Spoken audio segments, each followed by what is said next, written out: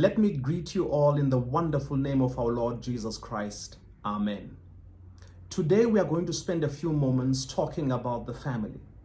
We are going to zoom in specifically on a certain aspect of family finances.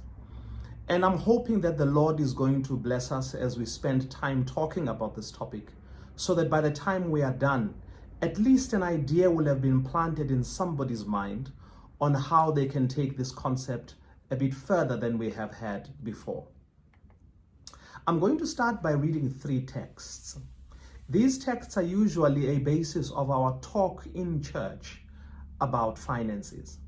The first is in Deuteronomy chapter 16, verse 17, and it reads as follows: "Every man shall give as he is able, according to the blessing of the Lord your God, which he has given you." And that's in Deuteronomy chapter 16, verse 17.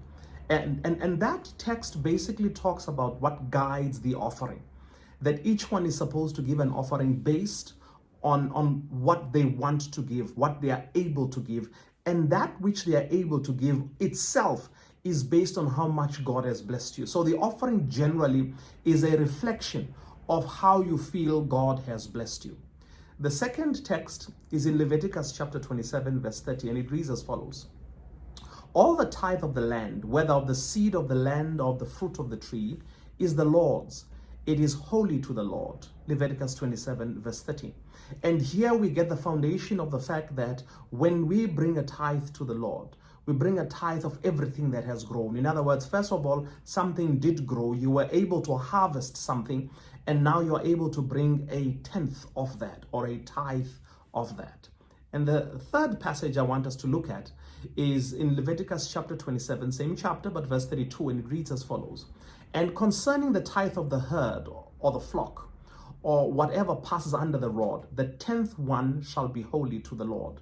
And here we are extending the issue of the tithe to include animals, anything that passes under the rod. So generally our talk of finances in church has to a very large degree been around these two things: the offering, which we've referred to as the free will offering, and the tithe, which is the tithe of what's in the land and tithe of what we have in the form of animals. Now, what I want us to talk about here is this: the tithes and offerings, first of all, they come in after you have been given something by the Lord. In other words, the Lord starts by blessing you. He blesses you with animals. He blesses you with a good harvest, or whatever kind of harvest, and it is from that which the Lord has blessed you that you return a tithe and you give your offering. But this is something that we teach our children. It's something that we practice in our families. But it is something that is important that we demonstrate to our children. They need to see it live, that you give from what you have been given. First, you are a recipient before you start giving. And secondly, what I want us to deal with today is the idea that it's important that we give God something to bless. And today I want to focus specifically on something that is called generational wealth. Wealth that moves from one generation to another. I come from an isiXhosa speaking culture. And in my culture, there are certain things that have been done to speak to the issue of generational wealth. Secondly, to demonstrate to children that you give from what you have, from what you have been given. And this has been applicable to both boys and girls. With the passing of time, the use of this particular custom has kind of waned. It is not as widespread as it used to be. But I thought it would be important for us to draw from it, to see ways in which this was demonstrated and ways in which we ourselves could tap into the wisdom of the past to see how we can give effect to some of these things that we believe in. The young boy, when a young boy was born, his father would set aside a cow for him, a heifer, a female beast, set aside for him, and this cow was referred to as inqakwe. It was for every time a boy was born. And this cow would give birth to other cows, and those cows would grow up as the boy grows up as well. And as the boy comes of age, the boy, as he shepherds his father's cattle, he would also shepherd the cows that came from this nqakwe. that was set aside for him at birth. Now, this cow and all the others that would come from it were first of all seed capital for the young man, in the sense that when he grows up, there was an understanding that he was going to need cattle to set up his own homestead. There was an understanding that he was going to need to have some wealth from somewhere. But because our cultures did not have jobs, and you generally worked here in the family homestead, there was nowhere where you were going to earn a living and from that living be able to generate your own wealth. So your father gave you this one cow as a seed capital for your own wealth. Secondly, when the time came for this young man to get himself a wife, they would get cattle from the kraal of his father. Now, his father's kraal had his father's cattle, as well as the cattle that came from this cow in Ngakwe. And so they were able to take from part of this young man's wealth, and the father would add to it, and they would put together ikazi, which was a gift that was taken to the home of his prospective bride when they went to ask for her hand in marriage, in the process that was referred to as ilobola. So this is where the cattle would come from, along with other gifts, whether they were pumpkins or corn, sheep, goats, whatever the case may be. They would put together a gift and send it to this young lady's home to ask for her hand in marriage. And the third purpose of this cow was that one day this young man would leave his father's homestead and be given permission to go and set up his own homestead. And on that day when he left, he would leave with some animals. And the animals he would leave with would include the beasts that came from this one cow. So this one cow would be part of the wealth that he left home with when he went to establish his own homestead. The understanding that they had was that when children left home, they did not just leave with the skills they acquired, they were taught when they went home. They did not just leave with the education they got. They did not just leave with bare hands to go and set themselves up when they were finally given the permission to go and set their own homestead. They had to leave with something they would use to establish their own wealth and their own family. And this cow in Ngakwe would be part of the contribution that this young man would bring to that new home. When it came to a young lady would get her portion of what would be her wealth when she got married. When she got married, she would leave her home with three beasts, three of them. Two of them would be female and one would be a bull. The first one that would be a bull would be called Inkomo Yompotulo. But depending from one tribe to another, and in some tribes it would also be a heifer. But generally, at some point it was a bull. It would be Inkomo Yompotulo. And the second cow, which would be a female, a heifer, would be Inkomo Inakwe, much like the one that the young man got when he was born. And the third cow was called Inkomo Yobulunga. We'll get to that one in a bit. Let's start with Inkomo Yompotulo. Inkomo Yompotulo was the cow that the beast that was offered by the family of the bride to do three things. One, when the party that brought the bride to the home of his groom, remember how the process would work is that the representatives of the family of the young man, the groom, would go and ask if they could establish family relations in the home of the young lady. And those lobola negotiations would include the exchange of gifts, where the groom's family or uncles who had come to request that this young lady marry into the family would bring these gifts. This gift was called ikazi.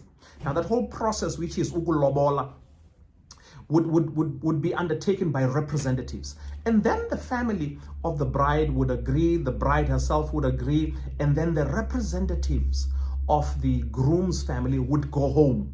And then they would arrange as to when this young lady would be brought officially to her married home. On the day the young lady is officially being brought to her married home, on that day, they would come with this cow, this beast, which was Inkomo Yompotulo. And to kickstart the festivities, to kickstart the festivities on the day this young lady was going to be named and dressed. She would put on her attire now as a young makoti. On that day, the first animal that would be slaughtered would be this cow, inkomo yompotulo. It was the bride's family's contribution to the festivities of the day.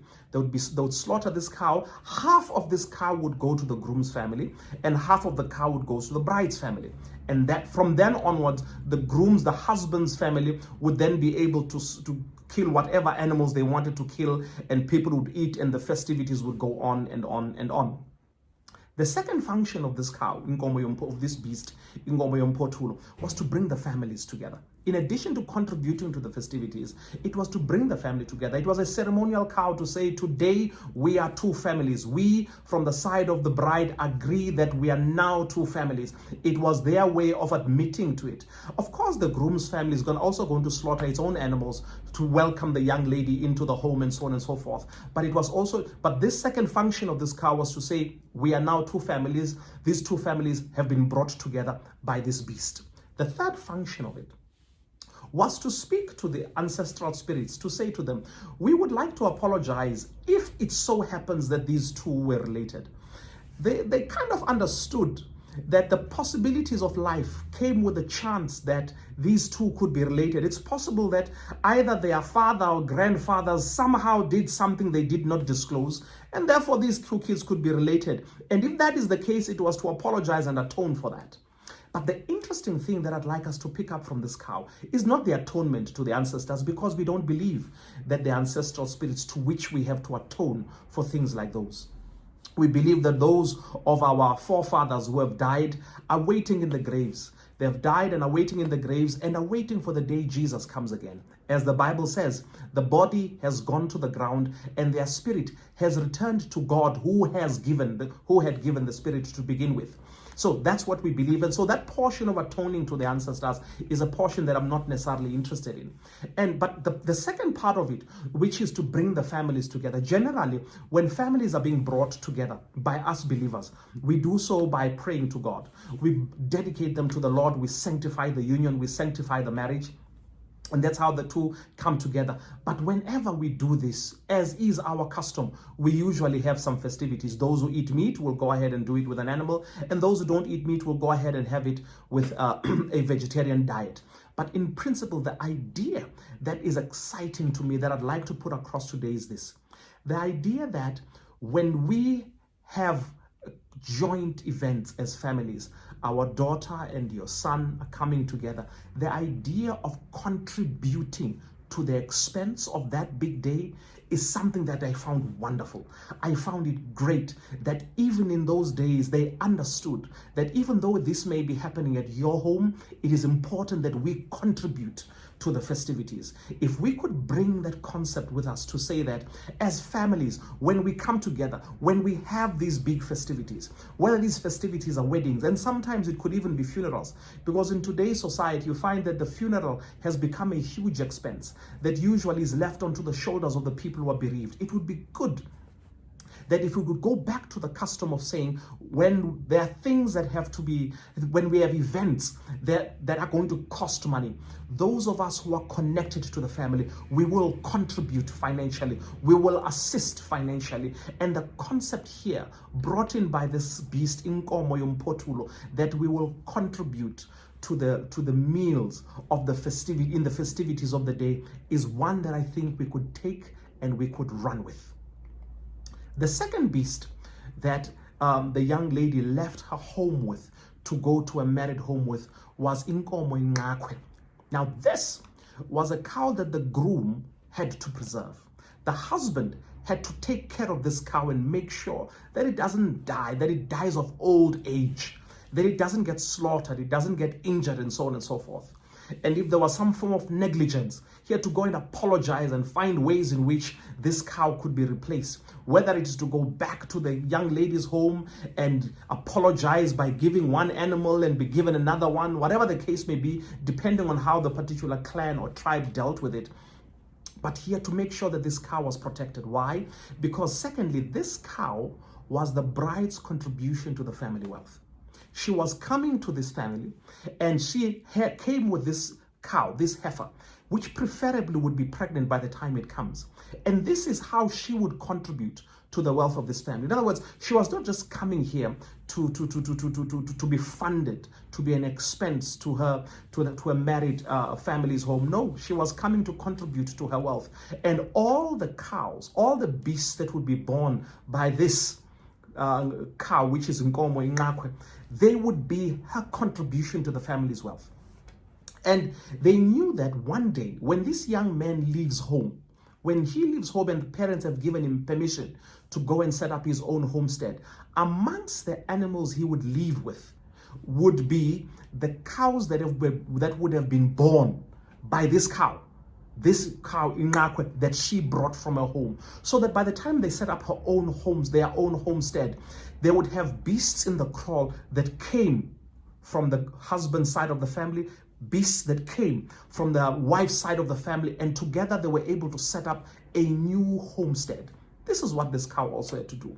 And thirdly, this cow also had the function of preserving the dignity of the bride. Because when she came to this home, she came with this cow, which was her contribution to the wealth of the family. In addition to this, she would come with other gifts.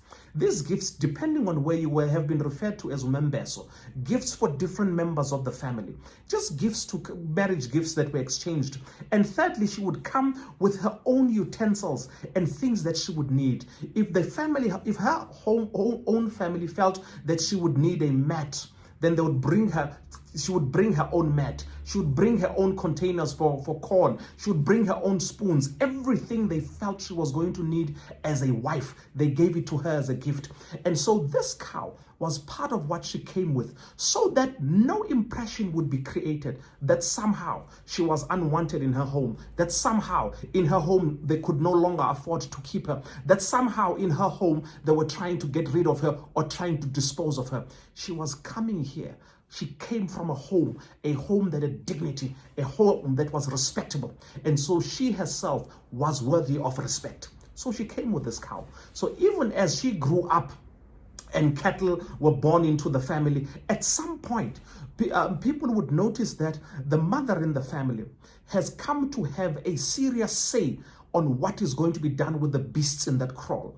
And sometimes people thought that was only because of experience. It was not only experience. Experience did play a role. The fact that she had been integrated into a family played a role, but she also got to have a serious say, because she knew that in the cattle that are in that kraal are cattle that came from her home, and the cows that were born from the cow that she brought from her home on the day that she got married. That was the second cow, Nkomo Inqakwe. Now, the interesting thing about this cow, which I'd like to let us to talk about today, is this.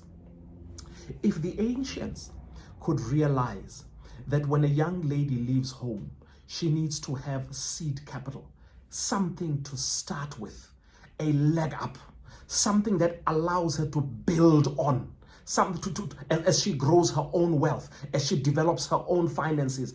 If the ancients could recognize this and give this young lady something to start her wealth with, how much more with us in today's society, when we know that things have become expensive, when we know that life has become expensive? Why would we just leave our children, let our children leave home with nothing in their hands? Why would we let them leave home just with an education? Because they also gave education to your children. They gave them skills, the ability to do things. But on top of that, they gave them something to start with, so that when as they live their own lives, they would have something to build on. And today I would like to say, let us invest in having our children leave home with something. It's true that sometimes we think, how can we afford to do this at this late stage? These things are expensive. It always pays to start early. As we notice with the ancients, those who came before us, they knew that one day when a child is born, this child would leave, and they started preparing for the child from this day. It is not that we are unable to prepare for the future. We are. I say this because of our ability to plan for funerals. We are able to plan for funerals. We are able to take insurance policies out for funerals to plan for something that we know is inevitable. If we can do that for funerals, we definitely can do it for a seed capital for our children. Start small. And you'll find that in many instances, in some of these cultures, in some places around the southern part of Africa, we don't always give a cow to a child when he's born. In some places, people still practice it. Sometimes they give children a goat or sheep. In some instances, chickens, and these chickens grow. But sometimes you find that these animals get slaughtered and eaten as we go along, as the child grows up. At least they knew that they had something at some point. It's not always possible, but where it is possible, do so. Let there be something that can grow as the child grows, so that when they leave home with something. In some parts of this southern part of Africa, it is possible for us to put aside a policy to pay something monthly. It may not be a lot, it may be a little bit, but over time that little bit grows, especially if it attracts interests, and interest of the interest, which is called compound interest. One day this child will be able to leave home with something. In addition to the education that we have provided, in addition to the introduction to the Lord Jesus Christ that we have made to them, let's give them something to walk away with when they finally leave home. And also, it is important because as our children get to experience the fact that they've been given something, then they know that when we talk about a tithe, we are also referring to the cattle that have been born by this cow that we gave them when they were born.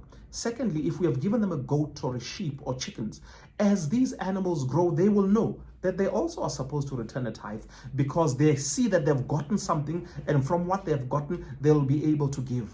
But lastly, our children need to see something tangible, have something tangible that God can bless.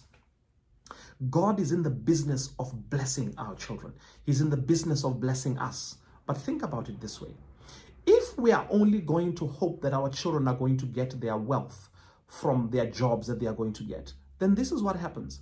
For the Lord to bless them, first He has to bless the government that employs them if they are civil servants, so that the government can be so blessed that the leaders decide to increase the salaries. And the percentage by which the salaries have been increased, that will be the blessing that is due to your child. So the Lord will have to bless the entire government in order to be able to give you with a little bit. And the same thing is going to apply. If your child gets to work for a huge company, the Lord must bless that company so that that company can increase the salary of your child. But if your child gets to learn that when they have their own thing, God can bless it directly, it will encourage them to set themselves up, to use that which they got from home, to grow that so that God can have something that is theirs that He can bless. Give God something to bless, and let our children know that God can bless that which they have. Now you may be sitting there thinking, I don't have cattle, I don't have sheep, I don't have goats, I don't have chickens. You may be saying, I live in an urban area. What can I do for my child? Well, this is what I would say. If you can, start an investment for your child. Small amount, doesn't have to be a lot. Small contribution every month. The same way we do it for funeral policies, do it for your child. Some people may say, my children are already old. I have children that are in high school. I have children that are in university. What is it that I can do for my child? This would be my counsel. In a situation like that, find an expense you can remove from their list of expenses. Some of us may have 2 or 3 cars. The car may be old, but once the child has it, guess what? They no longer have that much of a transport cost. Now they can start building and paying for other expenses. When they leave home, let them leave home with something they can use to set themselves up. As parents, we knew these kids were going to leave at some point. We may not always have prepared for them, but now do that which you can. For those of us who are parents of young children, get them something that can grow over time, something they will leave home with and set themselves up. We know they are going to leave. Prepare for it. Those who came before us knew it. They prepared. I think it's a principle we are able to take from the past, bring it back into the present so that it can bless our children in the future. The third beast that the young lady brought to her married home was a cow called Inkomo Yobulunga. This cow was also a female, preferably pregnant as well. How was this cow significant? This cow was used mainly as a medical aid of sorts. How did that work out? This is how it worked out. From time to time, these children would be born and they would be ill. They would fall ill. And when they fell ill, depending on the nature of the illness, part of the illness would be attended to with herbs that are around the family as people knew how to heal them. Sometimes the illness would be so severe that they would bring in a traditional healer to try and find out what is the problem. Sometimes the problem could be dealt with certain rare herbs, mixtures, and they'll deal with the problem. It was somewhat medicinal. But sometimes the illness would be due to two things that would require special attention. The first thing is this. The illness could be due to some inherited illness from the side of the mother. In other words, the traditional healer would say that it appears that this illness comes from the mother's side. And when you look back, you realize, yep, some people from the mother's side generally have this kind of illness. And when this illness came through from the mother's side, then people at the time believed that it needed to be attended through by talking to the spirits of the family of the mother's side. So here was this young lady. She married into this family. And now her child, or one of her children, or all of her children, let's make an example. Let's say it's just one child. One of her children is now ill, and this illness is being traced back to her family side. The belief was, we need to talk now and appease the ancestral spirits from the wife's side of the family. Then they would take this cow, and then cut off the tail brushes of this cow and make some form of bracelet, which was called insimbi, which would be worn around the waist or around the wrist and so on and so forth. It was designed to be medicinal, to attend to that if the problem came from the mother's side. If it came from the father's side, they would slaughter something and they would make something that would come out of animal hide. But if it was from the mother's side, that's what they would do. That was the first one. If it was an illness that generally was present on the side of the mother. Secondly, if the illness was determined to be angry spirits from the mother's side, then they had to be appeased as well. And this cow, they would do the same thing. Take the tail brushes of this cow, come up with some form of necklace, use it in some bracelet, or put it around the waist to try and appease those spirits. So it served as somewhat of a medical aid, because it would give birth to cows. And it is from these cows also that as the children were growing up, that they would be able to get some form of medicine until they got to an age where either the young man got circumcised. At that point, he would not really be expected to have problems that flow from his mother's side. All of his problems would be dealt with from his father's side, and that's where things would be slaughtered. Or she got married. At that point, when she got married, it is the cattle from her father's side, not from her mother's side, that would be significant. So this served as somewhat of a medical aid. And the interesting thing for me is this. When the parents let this young lady leave home, they did not just provide for her in the form of inkomo engqakwe and the gifts she would bring and whatever utensils and furniture she would need. They also provided for the eventuality of grandchildren. They knew that grandchildren would come, and they started to fund or to provide financial solutions to problems that would arise because there would be grandchildren. And so this second cow was designed to deal with those problems that would come with grandchildren. Their foresight was amazing. The idea that when you are here providing something for your child, your daughter will one day have children, and you need to contribute to what's going to happen to the children. That was amazing investment. The foresight is amazing. It is something that would be good if we were to bring from the past into the future and say, when our children leave home, let's not just put down an investment for them. Let's see if we can't contribute to that which will happen to their grandchildren. It's true that sometimes when we think of our children, we are just happy that they've gone to school. We are happy that they have a job. We are happy that they've gotten married and they are on their own 2 feet. But I would like to say, those who came before us did not just think about the wedding. Their responsibilities did not end at the wedding. They felt that their responsibilities extended even to their grandchildren. And they made investments, financial investments, even for their grandchildren. That's the beauty of this cow. I'm not really interested in how it connected to ancestral spirits and so on and so forth, because we don't believe that those who came before us are active spirits around us. We believe that they died, their bodies went into the ground, and the spirit went back to God who gave the spirit. That's what the Bible teaches. But what I would like us to walk away with is this idea that when we are preparing for our children to leave, we can also prepare for the possibility that they will have children and find ways to invest. And I've always wondered, if we were to invest not just in our children, but in our grandchildren, how differently would we think? How would we structure our investments? How would we structure our wills? What kind of policies would we have and put in place that would benefit not just our children, but our children's children? It would be amazing. It is something worth considering. We are not in the same space financially. We are not able to make the same kinds of decisions. But we are all able to make some form of investment, not just for our children, but also for our children's children. Look at your life. What is it that you can do? If you feel you can only set aside a hen, then set aside that hen. This is for your grandchildren. Let that hen lay other chickens, and let these chickens lay other chickens, and let there be a collection of chickens that can be sold and the money invested, so that the grandchildren will have something to say, I got this from my grandfather, I got this from my grandmother, because when they had a child, they knew that they might one day have grandchildren. Secondly, in addition to this being a contribution for medical expenses of their grandchildren, this cow, inkomo yobulunga, the cattle that were born off it would also be part of the wife's contribution to the wealth of the family. So now you have two heifers, two cows that would give birth to cattle that would be her contribution to the wealth of the family she has come to join.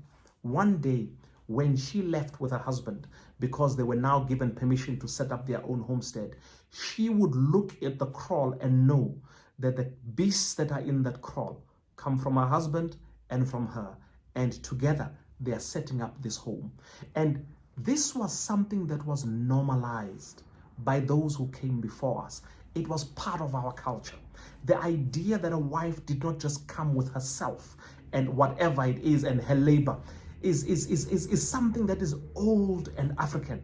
The idea that this was a human being who came with dignity, who came with worth, who came with wealth, who contributed not just in terms of skill, not just in terms of children, but also in terms of tangible wealth, such that when this home grew, it was not just because she brought her ingenuity, which was something but very important in the selection of a wife, but the wealth and the success and the development of the family also included the wealth she brought and she contributed.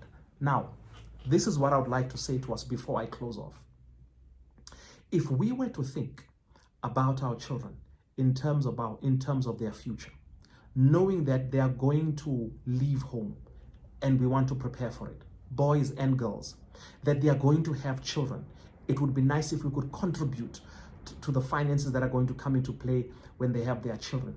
We would be setting up for them a mindset that says when they get married and start a family, they should start preparing for their children and their grandchildren. Imagine what that would do to poverty. Imagine what that would do to generational wealth. Imagine what that would do to our children's finances when they leave home. I believe it would set them up in ways that many young people have not been set up. Not always because the parents could not set them up, but sometimes because the parents did not know that they could set them up in this way. Sometimes the monies we spend on our children's birthday parties to celebrate the fact that they have been born, sometimes the money we give to them as pocket money, that money, had it been put aside as some form of investment for them, for the time they leave home, you would notice that it is not that this would have come from wealthy families alone. Even those families that have said, I'm not wealthy, but I'm able to slaughter a chicken for my child on his birthday. I'm able to give my child something like this on his birthday. And some of us are able to spend some money celebrating certain birthdays of our children. And though that money is spent because we feel the celebration is wonderful. And I'm not saying we should not have these birthday parties. I'm not saying we should not celebrate it. I'm simply highlighting that sometimes when we think that we don't have the money to invest, to set aside for our children for the day they leave, the reality is we've had the money. It's just that we chose to spend it differently. I would like to encourage everybody who is listening, consider this. Consider taking the approach that those who came before us took when it came to their children and finances. What is that approach? Number one, our children will grow up and they will leave home. When they leave home, it would be good if they left home with something that could set them up in life, something that God can bless, something from which they can come to the Lord and say, you have blessed me, here's an offering. You have blessed me, here is a tithe. So that when we talk to our children about a God who gives, our Father in heaven who gives, they understand what we mean because we have given them something tangible, something from which they can grow their own wealth and prepare for their own children. May God richly bless us as we plan for the departure of our children from home. And may we give them something to leave home with. May we give them something that God can bless.